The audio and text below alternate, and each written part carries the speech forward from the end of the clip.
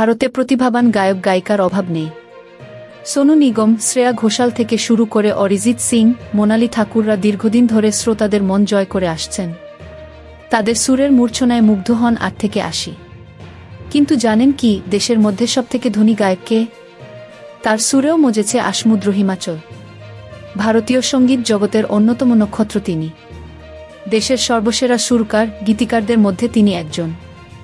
নিজের সুর দিয়ে শুধু যে দেশের মানুষের মন জয় করেছেন তিনি তা নয়, নিজের সৃষ্টির দৌলতে গোটা বিশ্বের স্বীকৃতি পেয়েছেন এই গায়ক। জানলে অবাক হবেন, একটি গানের জন্য ৩ কোটি টাকা পারিশ্রমিক নেন তিনি। বুঝতে পারলেন কার কথা বলা হচ্ছে? তিনি এ.আর. রহমান। ১৯৯৫ সালে রঙ্গিলা ছবির হাত ধরে সঙ্গীত সফর শুরু হয় এ.আর. রহমানের।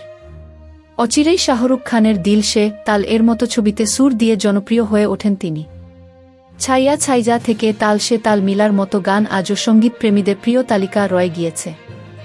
অবশেষে ২০০৮ সালে আসে অস্কার পুরস্কার। স্লামডগ মিলিয়নেয়ার ছবির জন্য দুটি অস্কার জেতেন গায়ক। অস্কার ছাড়াও ৬টি জাতীয় পুরস্কার, ২টি গ্র্যামি, ১টি বাফটা, ১টি গোল্ডেন গ্লোব, ৬টি Tamil Nadu state film award, ১৫টি Filmfare award রয়েছে এ.আর. রহমানের ঝুলিতে। এছাড়াও গায়ক পেয়েছেন পদ্মভূষণ পুরস্কার। তবে এত আকাশছোঁয়া সাফল্য পাওয়া সহজ ছিল না। মাত্র ৯ বছর বয়সে বাবাকে হারিয়ে সংসারের দায়ভার এসে পড়েছিল রহমানের কাঁধে।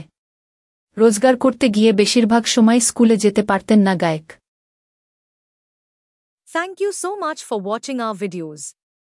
Please do like, share and subscribe our channel.